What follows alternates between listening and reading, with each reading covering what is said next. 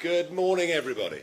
Welcome to Dover. Welcome to the front line of the great national debate on immigration, both illegal and legal. Now, I don't know about you, but I feel this general election campaign has got off to the dullest start I can ever remember in my entire life. Two men with the appearance and enthusiasm of middle managers vying to become our national leader. Indeed, I do my best to listen to Keir Starmer when he's being interviewed or giving a speech, and I find myself just zoning out halfway through. There's no energy, there's no optimism, and there's no real substantive policy. As for the Prime Minister, well, I have to laugh. The word bold, that's the word they keep using. Bold leadership. But actually, when he's asked a question by anybody, he looks rather more like a frightened rabbit than somebody that is bold. Now, I'll be getting questions later, I know, about the fact that I decided not to stand. I am, of course, very disappointed. I did have a 6-month plan, which would have had me finding a seat and campaigning around the country. I felt in 6 weeks that I couldn't simply do both. But what I can talk about with some authority is this subject that has affected this harbour at Dover and indeed most of our country over the last few years. It was pretty obvious to me early in 2020 that the trickle of small inflatable rib dinghies that were coming across the English Channel was something that would turn into a flood. But nobody was interested. Nobody was talking about it. And so I came down to Dover. I went out to sea repeatedly. I filmed the dinghies coming over. I filmed the processing centre here in Dover Docks. I went up to the Midlands and elsewhere to film the hotels that these people were being put into. And I said at the time that you might as well put a big sign on the White Cliffs of Dover saying everyone welcome, because we'd stopped deporting people who'd arrived in our country illegally. And it's quite a thought that in the last year of the Labour government, leading up to 2010, 45,000 people who came to Britain illegally had been deported. But we'd given up on that. So I said that I thought, unless something dramatic was done, that there would be an invasion. Now, of course, for using that word, I was called all the names under the sun. But 3,800 boats later, 125,000 people later, you can use whatever word you want. I happen to think that invasion, frankly, was pretty appropriate. So I've campaigned hard on this issue throughout this 4-year period, and I'm going to say to you, frankly, I was ahead of the curve on this. I was right. And that's kind of what I've done in my career. I'm an issues campaigner, above all. So nobody was talking about it when I started, but you're all talking about it now. And it's worth bearing in mind that 86% of those that come are male, and nearly all of them under the age of 40, most under the age of 30. Unsurprisingly, it's led to a very big national debate. People see the unfairness of it. They say, how can it be that we're on social housing waiting lists for a year, perhaps 2 years, when these people that come illegally are put straight into 4-star hotels, or, if not that, private accommodation? How can it be that those that come have access to dental care when we can't get an NHS dentist? And I think the fact that the hotels alone are costing over £7 million a day makes people pretty upset. Those that have come into the country legally aren't very happy about it either, because they've gone through costs, time and hoops to be in the country the right way. But it's the other element of this that I want to focus on today. Frankly, I think this is very dangerous. You only have to look at what's happened in Sweden, in cities like Malmö, to see that a large influx of young males coming from an entirely different culture, and certainly coming from a culture in which women are not even regarded as second-class citizens, has had, frankly, disastrous social effects. But since the events of October the 7th, and what has happened in Gaza, and increased radicalisation in the Middle East, this is even more of a problem.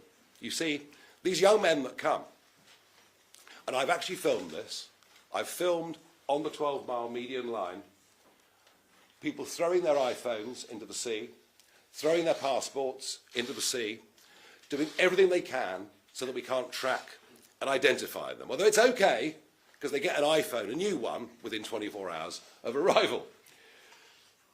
But I think this is a national security issue. Now, if you think I'm being over the top, let's have a think about our friend Donald Tusk, who I did battle with in the European Parliament many times, very much an EU lovey, now, of course, the Prime Minister of Poland. He has talked about the wave of, and I'm using his words, not mine, aggressive young males that are coming into Poland, having crossed the Mediterranean, and he has said that this is now a matter of national security for Poland. Well, I put it to you that if it's a matter of national security in Poland, I think what we ought to be doing with this situation here is declaring a national security emergency. And this is an emergency. I talked over the course of the weekend to Trevor Phillips about the small but worryingly growing number of young men, predominantly young men, in this country, adopting radical views, views that aren't just un-British, but views that frankly are extremely anti-British. We saw the recent local elections, candidates being elected in inner city districts, in Leeds, in Burnley and elsewhere. We saw the aggression. And you might have noticed that Angela Rayner yesterday was campaigning in her constituency, begging a group of Muslim leaders to please vote Labour. You'll have noticed not a single woman in the room. So we're moving into an age in our inner cities and towns, I'm afraid, I'm worried to say, of sectarian politics with women completely excluded. I have to say that the Rwanda policy is something that was plucked out of the air by a desperate Conservative government, launched just down the coast at Lyd Airport 2 years and 1 month ago.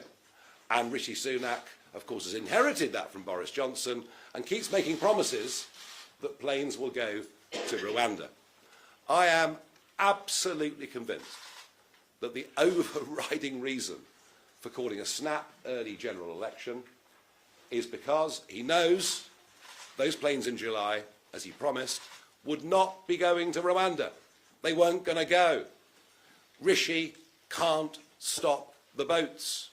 And he can't stop the boats for the very same reason that the first aeroplane that was on the tarmac and ready to go was stopped, if you remember, by a judgment from a single so-called judge.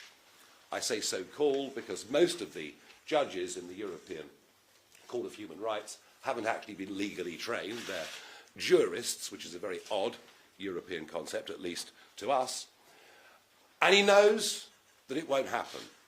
He knows that despite everything that they put in the legislation which disapplies Articles 2 and 3 of the Human Rights Act 1998, he knows that an international treaty goes over, above and beyond that. And planes not going to Rwanda would see the failure of what he believes to be his flagship policy, and that's where the other R comes in. That's where the reform vote, he feared, would have gone a lot higher. So I genuinely believe that's the reason why we've got this early general election. The Conservative policy on Rwanda does not work. We are, I'm afraid, in a situation where our leaders do not have courage to do different. As for the Labour policy, well, frankly, it is a joke. They haven't got a policy. They say get tough on the criminal gangs.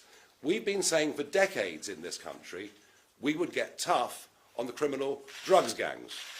But has that made any difference to the supply of illegal substances? Far from it. In fact, they're being consumed today by more people and in greater quantities than ever before.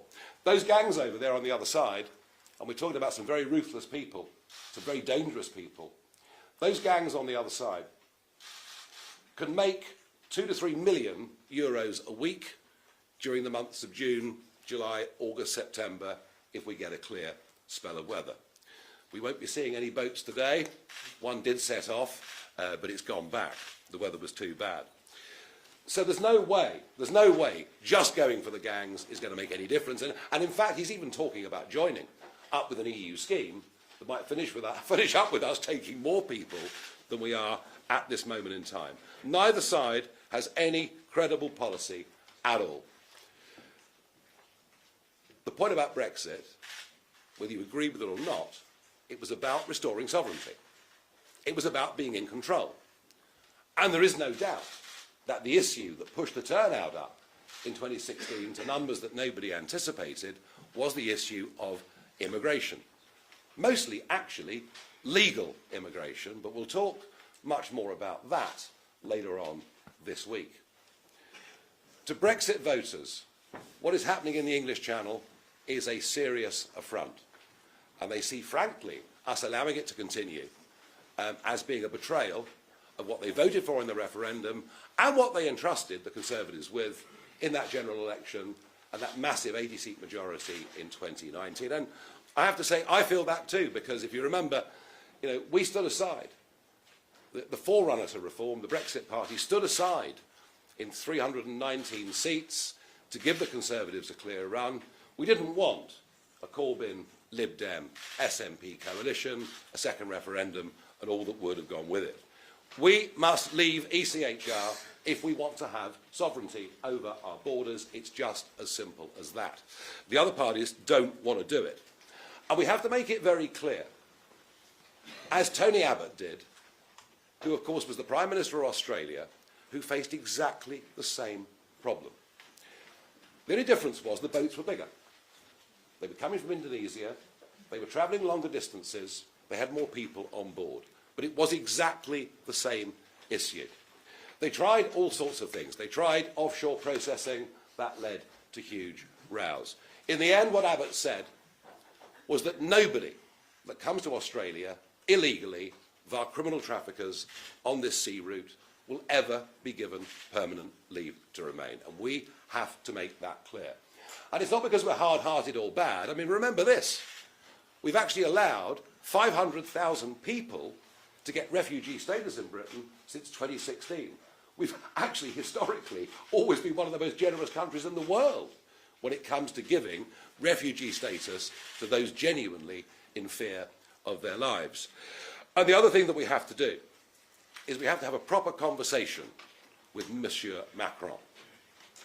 Hundreds of millions of pounds we've given the French already. I accept on the one hand they have a difficult job because there's roughly 100 miles of beaches from which they can launch these dinghies. There are huge areas of sand dunes. It's very difficult to stop all of the boats. Many would criticise the French police and say they haven't done enough, but it's missing the point.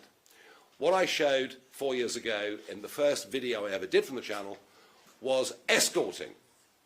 And what happens here is, once a dinghy, and it can be just 200 yards off the beach at Gravelines or wherever it may be, and the French Navy escort the boat all the way to a 12-mile or median line, whereby they hand over the boats and the people to Border Force or the RNLI.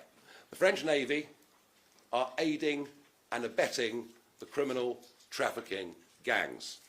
And actually what they should be doing is, which something the Belgians have done to a certain degree, is they should be taking those boats back to mainland France. We have to make it absolutely clear to the French, we will not accept that continued practice of escorts.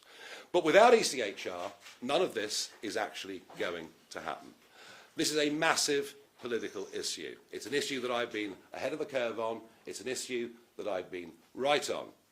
No one was talking about it then, but you're all talking about it now. And I'm looking forward to a proper, open Q&A with the press, something I don't think the other parties seem to like to do these days. Thank you very much indeed.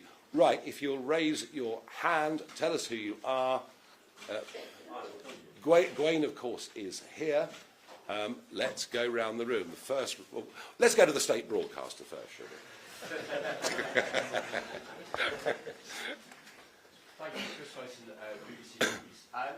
Question about the politics, Nigel Farage, of this general election campaign, given what you've been saying in recent months. I'm trying to work out if you're seeking to destroy the Conservative Party or join it.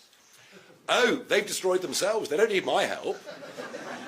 I mean, that job's done already. What Conservative? Is there a Conservative Party? I hadn't spotted it. I mean, all I can see really are two big social democrat parties. I mean, if you look at economics and many, many other areas, I mean, the policies are virtually identical. Yeah, sure, there's VAT on school fees and there are one or two things, but I can't think there's ever been less of a choice. I can't think there's ever been such a lack of debate, genuine debate. I mean, the economics of this, oh, well, you have to cut this to pay for that. I mean, nobody even talks about the fact we're running budget deficits. So there is a lack of proper debate between two leaders who really politically are not all that far apart. The Conservative Party, and remember those voters, the Red Wall voters, well, they actually were UKIP voters and Brexit Party voters. There was this idea in 2015, hysterical in some of the Conservative press, that if you vote for UKIP, Labour will win. Well, actually, what the UKIP vote in 15 did was give David Cameron a majority, because we hurt the Labour Party far more in the Midlands and the North than anybody had thought. So in a sense, I think of myself as the gateway drug through to the 2019 Conservative vote. And those people did vote for Boris Johnson. And in some ways, you know, I did give them a little bit of a wave, didn't I? I did say, kind of, you know, it's all right if you want to vote for Boris Johnson. And they're the ones that feel completely betrayed, totally let down. It isn't just immigration, it's you know, rafts of self-employed people, small business owners, feeling that Brexit should have brought some level of an easing of rules, and in some areas, actually the rules have got worse, not better, and that's our fault. Those people are not voting Conservative. In fact, some of the polling we've got for the Reform vote shows that even if we packed up tomorrow, they wouldn't go back to the Conservatives. Some would, a tiny number would, in fact slightly more might go back to Labour, interestingly. So no, they've wrecked it for themselves. Now, of course, they'll come up with the same argument, and Mel Stride was doing it this morning. They'll say that a vote for Reform is a vote for Labour. But when the public realise, and they're realising it already, this election is a foregone conclusion. Labour are going to win. And they're going to win quite big. And therefore, you could argue, actually, that a vote for the Conservative Party is a wasted vote. And given that you know Labour are going to win, why not vote for something that you actually believe in? Because here's the problem. The Conservatives will be in opposition, but they won't be the opposition. They are too split, they are too divided, they're too... I mean, goodness me, they've been fighting amongst themselves in government for years. Goodness knows what they're going to be like in opposition. And the important thing about this party, and the reason that I changed the name from the Brexit Party to Reform, was this is a 6-year plan. This is not about a quick hit in a few weeks' time. This has always been, and certainly my thoughts behind it, and Richard Tice agrees totally, this is all about building a base from which we go on and launch a serious assault at the next general election in 28 or 29, or whenever it may be. So I hope and pray that we get a cohort, and we're going to get millions of votes, of that there's no question. But I hope and believe we can get a cohort of MPs in Westminster so that we can be the voice of opposition. And as for joining the Conservatives, well, I think honestly, it's more likely that you finish up with a Canada-type situation of 30 years ago, where a party coincidentally called Reform became the new party of the centre-right in Canadian politics. And Stephen Harper, who was first elected as a Reform MP, became ultimately the Premier of a completely brand new Conservative movement. And I think that's where we see ourselves, how we see ourselves looking ahead. You know, it's not easy under first past the post. I've never pretended that it is. Nobody alive knows more than me how difficult it is. But that's the plan. Okay, thank you very much. Where is the microphone? Gentleman there. Michael Knowles from the Daily Express. You've taken the PM on his record on immigration, but do you think this is going to get better or worse under Labour? And if you think it's going to get worse, aren't you effectively risking the Channel crisis is going to get even worse in itself? How could it get worse? How could it get worse? I mean, there's only a certain number of dinghies the traffickers could get their hands on. How can it get worse? And this argument, well, the Tories are absolutely hopeless and have betrayed you, but the other lot are worse. Vote Conservative. They're going to lose anyway. It's the point I made just a moment ago. And I think the public are realising that. They're going to lose anyway. Quite honestly, I don't think, whether it's the Channel or whether it's legal migration, I don't think there's any difference between the Labour and Conservative parties whatsoever. It was Labour that opened the doors in an irresponsible way that has led to these areas that we see where there is a lack of integration. All the Conservatives have done is to accelerate the process. Just look at the numbers. So no, I don't buy that argument in any way at all. Next hand's up. There's a hand. You're all going to get to ask your questions, by the way. Yes. If you want to, yeah. Oh, why not? Why not? Alicia Fitzgerald, Times Radio. I just want to clarify an element of your policy, because part of your plan so far is to pick up migrants from the boats whilst in the Channel and to intercept them there. What do you plan to do if the migrants jump into the water? We shouldn't need to. We shouldn't need to. The French Navy should be stopping the boats from coming. That's the point I'm making. They shouldn't be escorting them. And one of the reasons the French don't do it is the migrants say, oh, if you stop us getting to England, we'll jump overboard. Well, do you know what? They might do it for a day or two, but once they realise the French Navy is serious, that will stop. But what if it doesn't stop? What if there are some migrants who do cross into British territory and then they do jump into the water? I mean, the seafarers' rules state that you have to save life where possible. What's your plan there? I know that. I've been involved in a rescue. I was involved in a rescue of Dungeness Point 3 winters ago. Coming into October, we were out fishing in a boat. We saw a kayak that you could have bought for 40 euros in a supermarket. So I've been involved personally in rescuing 2 men who then tipped out into the water. I understand saving lives at sea. I'll tell you what, more people will die if we continue to allow people to cross the Channel than if we intervene and intercept and make sure that it won't be allowed. And this is, above all, the responsibility of the French. When this started in 2018, 19, 20, the average number of occupants of a boat was 14 to 16. And they were the ribs, the quite heavy dinghies, relatively safe. Now they're coming in, made for one-time use boats. They're very flimsy. They've got balsa wood glued into the bottom of them. The average boat size now is 50, but some boats have had up to 80 on. At some point in time, there will be a collision in the shipping lanes, in fog, and you will see a huge loss of life. So I understand the question. I understand what you're saying. Migrants threaten to throw themselves in the water. But once people know they can't come to the UK, they won't be allowed to stay, it will stop. As the microphone's there, there's a gentleman there. Charles Hymas from the Daily Telegraph. Why do you think that you can get a better deal with the French than any deal with politicians? How will you be able to negotiate with them and persuade them to take back migrants? Well, I think the one thing the French will respect is firmness, and I don't think we've had very much of that. And I do, Charles, reiterate my point that the escorting by the French Navy is aiding and abetting criminal trafficking. And if the French won't cooperate, well, we may have to use the Royal Marines and send some people back to the beaches of France. But I hope it never gets to that, but it may have to come to that. They need to know that we're serious. We've given them a vast sum of money. It is not working, and the French Navy should not, I repeat, not be doing what they're doing. Someone needs to make that clear. Nobody thus far has. Literally nobody. Would that be a declaration of war if you put people on the Not a declaration of war. No, we don't intend to have that. But we have to persuade the French army. It used to happen years ago here, I know. But we have to persuade the French that what their navy is doing is absolutely plain wrong. Wrong at every level. Right. Now, where's the mic? Where's the? There. Who was next? A gentleman there. Thank you, Nigel. A question about you, if I may. Oh gosh. Thomas Godfrey from the Sun newspaper, sorry.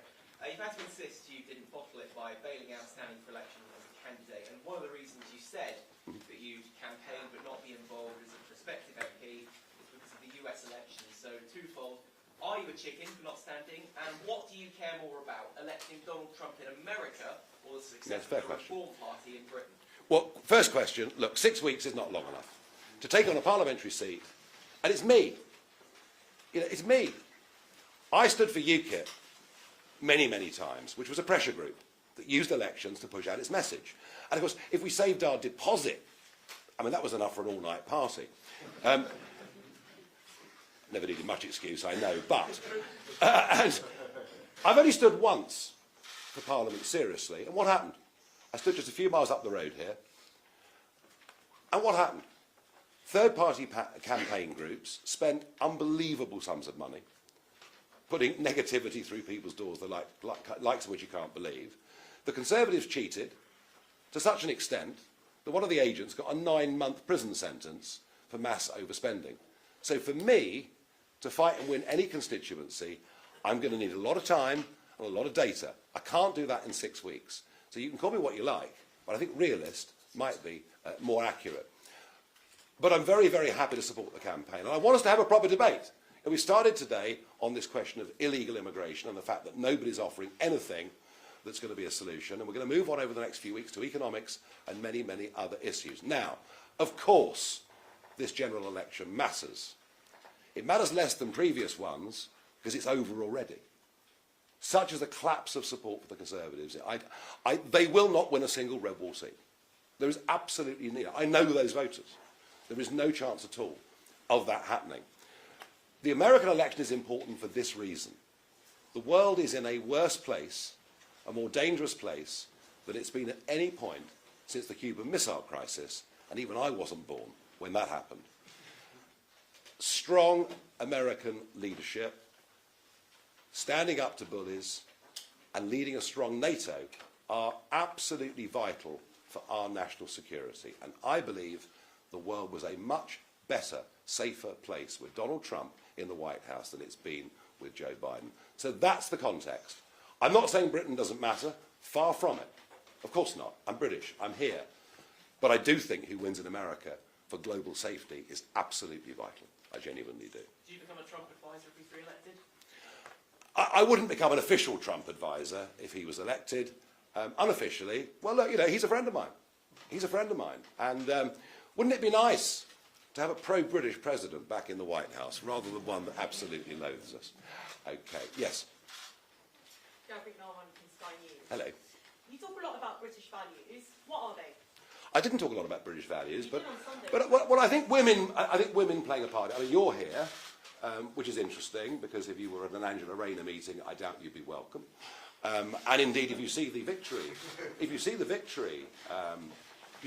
celebrations from the local councillors, from Burnley to Bradford to Leeds to elsewhere, no women.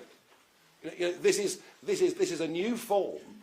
And by the way, this doesn't affect. You know, the idea that I'm saying this is all British Muslims is absolute nonsense. I think the most concerned group, the most worried group about what's going on with this new form of sectarianism are British Muslims who are working, paying their taxes, wanting their kids to do well. It's them that perhaps are going to be the worst affected by this if this current unpleasant trend continues. So that's one thing I would say.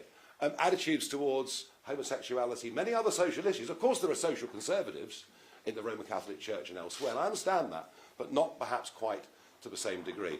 But I tell you the thing that I thought was alarming, maybe you'll agree, maybe you won't, but I thought in that recent JL Partners poll, and we don't see many polls that actually look at the Muslim population and their attitudes, but when 23% of 18 to 24-year-olds say they support the concept of jihad, I put it to you, that's not exactly a British value.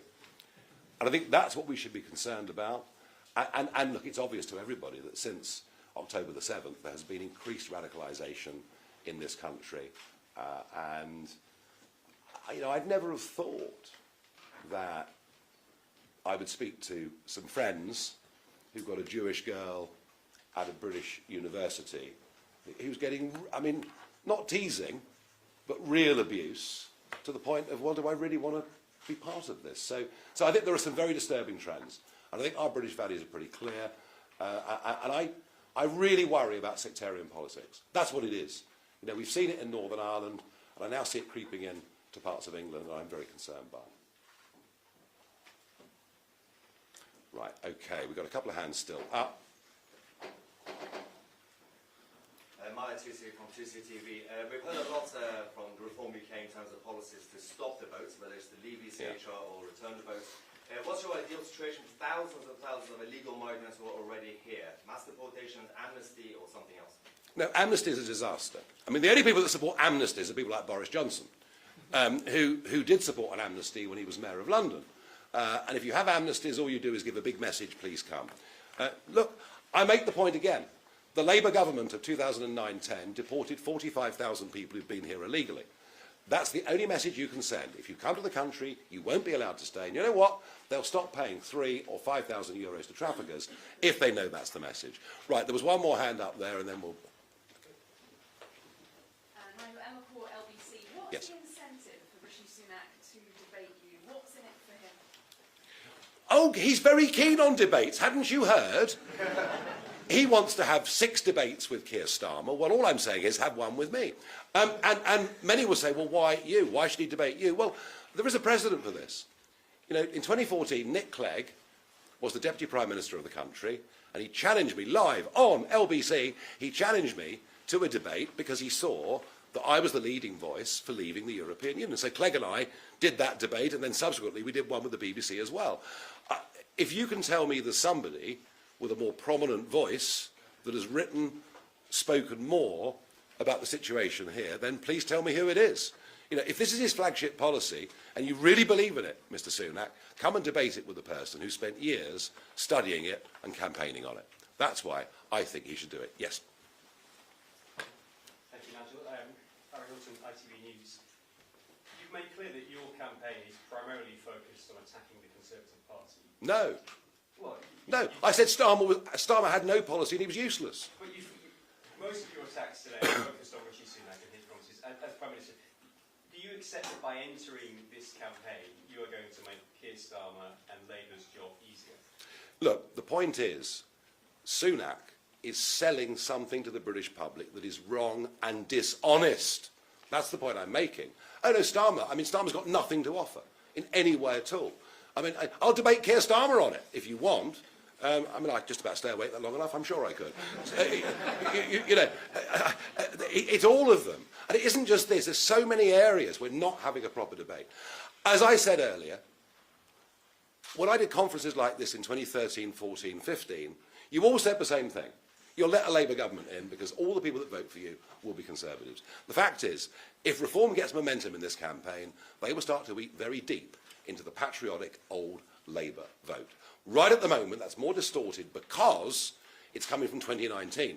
It's coming from those voters who come from Labour, through UKIP, through the Brexit Party to the Conservatives. But that makes no difference to the Conservatives. That's gone anyway. They've destroyed themselves without any help from reform, without any help from me. So I genuinely think we're not heading for an election where, you know, on the Sunday breakfast table before election day, families say, well, who do we want to win, or who do we least want to win, which is often under first past the post how we vote. We often vote for the least worst. I think by then Labour will still be so far ahead in the polls that it'll give people freedom to vote for what they actually want. And I do believe that the manifesto, the agenda that reform is building up, is the right one for opposition in the next 5 years. Okay, Gawain? Yep.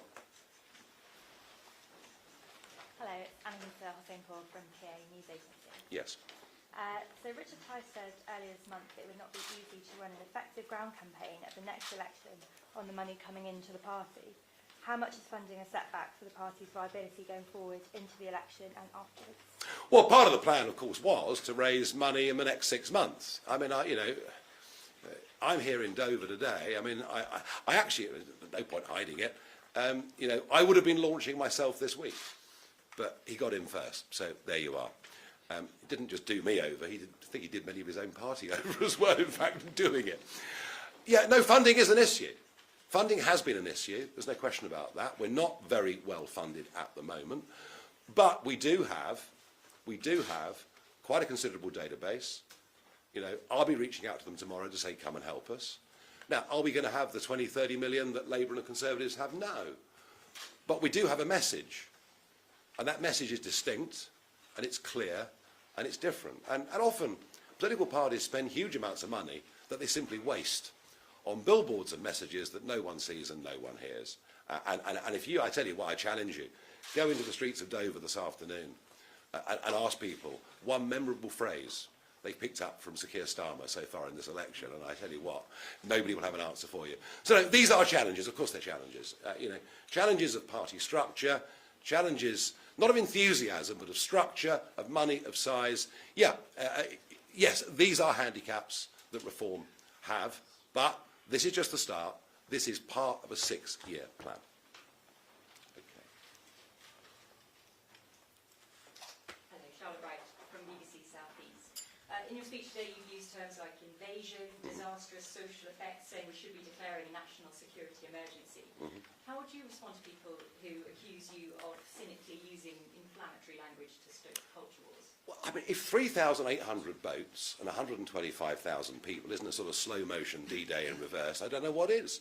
But if you don't like the term, then fine. But I predicted an invasion, and I think we've seen one.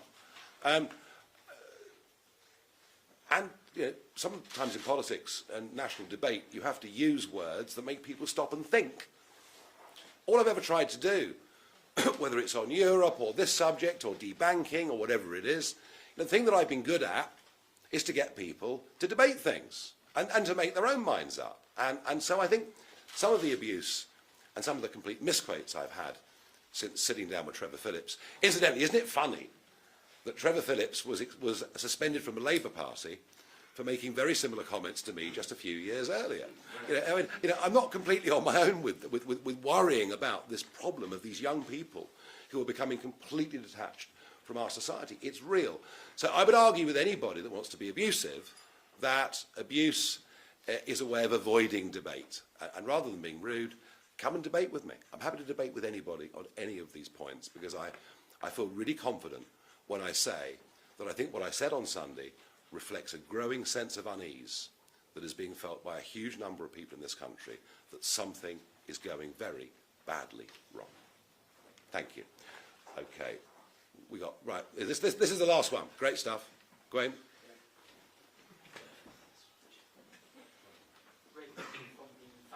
Hello. Nigel, you mentioned that UKIP was a pressure group. That's how you described it. In the early days, yeah. But at its peak, it had hundreds of councillors. You were winning by-elections, then Westminster seats.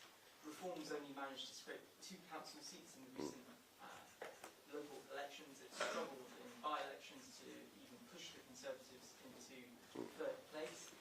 How would you describe the Reform Party as it stands? Well, exactly 30 years ago this week, I was campaigning on the streets of Eastleigh as UKIP's first ever adopted parliamentary candidate for a by-election in which a Conservative member of Parliament had died in slightly strange circumstances. And yeah, all through the 1990s and all through the early noughties, I stood for UKIP, and we never got anywhere. As I joked earlier, saving a deposit was an excuse for a celebration. We took the view that think tanks have their place, pressure groups have their place, but if we could fight national elections and get 25 million leaflets delivered with the post office through people's doors, that was a better way of promoting our message than anything else. It wasn't really until 2011, 2012 when UKIP started to win seats and started to become a major national party. And there's the point. It took 20 years. It took UKIP 20 years to become a serious political force. It won't take Reform 20 years, but I do think we can do it within 6. So yeah, there are, and I said to PA earlier, and I accepted, there are weaknesses. We don't have that base on the ground. We don't have that voluntary structure on the scale that the other parties do. But in the room with you today are a number of candidates who are standing for us in Kent. Yeah, it's very, starting again from scratch is very, very difficult. And, Richard Tice has kept this thing going over the last few years. Many times been told he's wasting his time, there's no need, there's no gap in the market. He's done it at considerable time and cost to himself, and I pay full credit to him because reform is going to be here, and it will be here for the next 6 years, because I repeat the point, the Conservatives will be in opposition, but they will not be the opposition. Is this you back full-time to deliver that 6 years? I am back for this campaign. I will be helping in America later in the year. There's no doubt about that. But do I have personal ambitions looking ahead towards 28, 29? Well, yes, but somebody younger and better might come along. And I have to accept that. I'm blooming 60. I mean, crikey. If my health holds, and frankly, it's not been better in 20 years. If my health holds, then I want to be part of this big fight running up to the next general election? Yes. Thanks, everybody. I've done my best. One more. One more. Sorry, I apologise. Yes, of course. I didn't see your hand up. Hello. Thank you, Nigel. I thought you were going to run scared from being quizzed. What? I never run scared of anything. Least of all the Guardian. I mean, you've been criticised. I know, for years. Well, specifically by Jewish and Muslim groups over the years for using Islamophobic and anti-Semitic dogmas. What, both? I've done both. So everyone hates me. I'm like Millwall Football Club, aren't I? No, but seriously, people across the country are really proud of British values that are accepting of people of different faiths. Mm-hmm.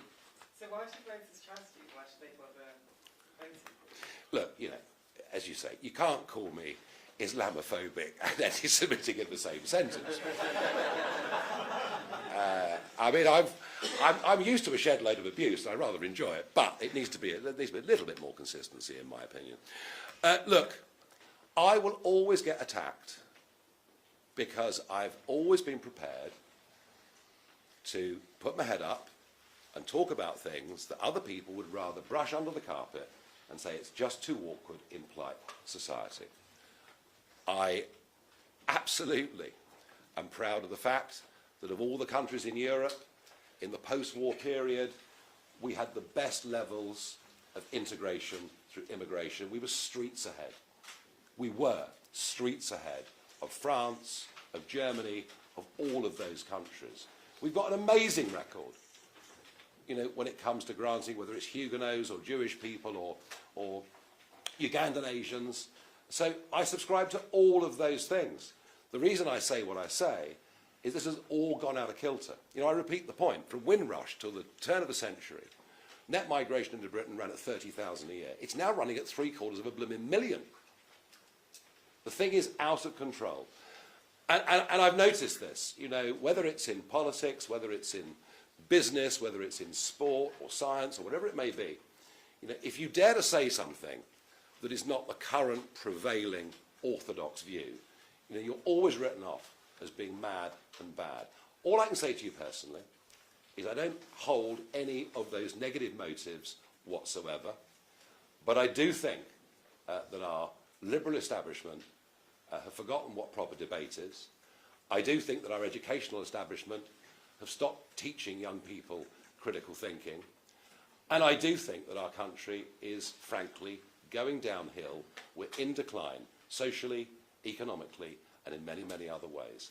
And as I will lay out on Thursday, mass immigration into Britain has gone from being a success story, a unique success story in Europe, to something now that is a terrible burden and is damaging the quality of life of literally every single person in this country. Thank you, everybody.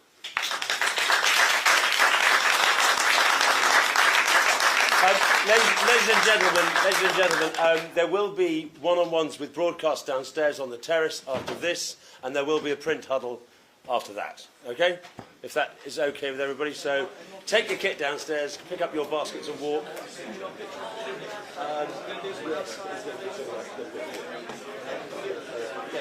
Just thinking words people after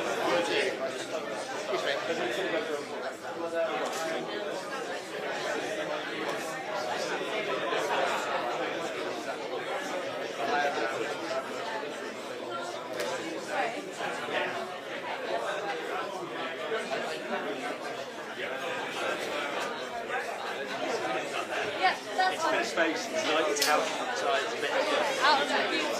Well, it's not beautiful, but...